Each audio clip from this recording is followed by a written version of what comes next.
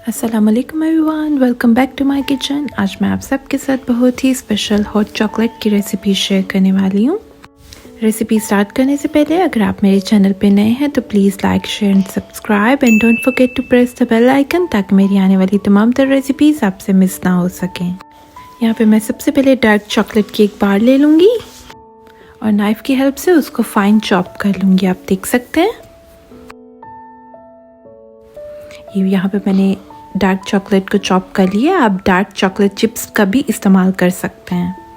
यहाँ पे मैंने अनस्वीटेंड कोको पाउडर लिया और उसके अंदर मैं सिनेमन पाउडर ऐड कर लूँगी और फिर मैं इसके अंदर 5 टेबलस्पून ऑफ फ्रेश मिल्क डाल दूँगी और इन सब इंग्रेडिएंट्स को अच्छे तरीके से मिक्स कर लूँगी ताकि कोको पाउडर जो है वो मिल्क के अंदर अच्छे तरीके से डिज़ोल्व हो जाए।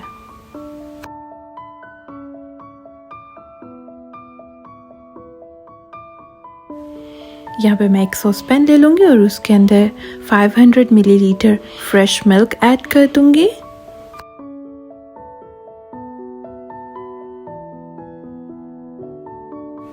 और उसके अंदर ब्राउन शुगर का इस्तेमाल करूँगी मैं। आप चाहें तो यहाँ पे वाइट शुगर का भी इस्तेमाल कर सकते हैं। अपने टेस्ट के अकॉर्डिंग आप शुगर को कम या ज़्यादा कर सकते हैं। अब मैंने इसके अंदर कोको पाउडर का मिक्सचर ऐड कर दिया और साथ में डार्क चॉकलेट जो चॉप की थी वो भी ऐड कर दिया मैंने।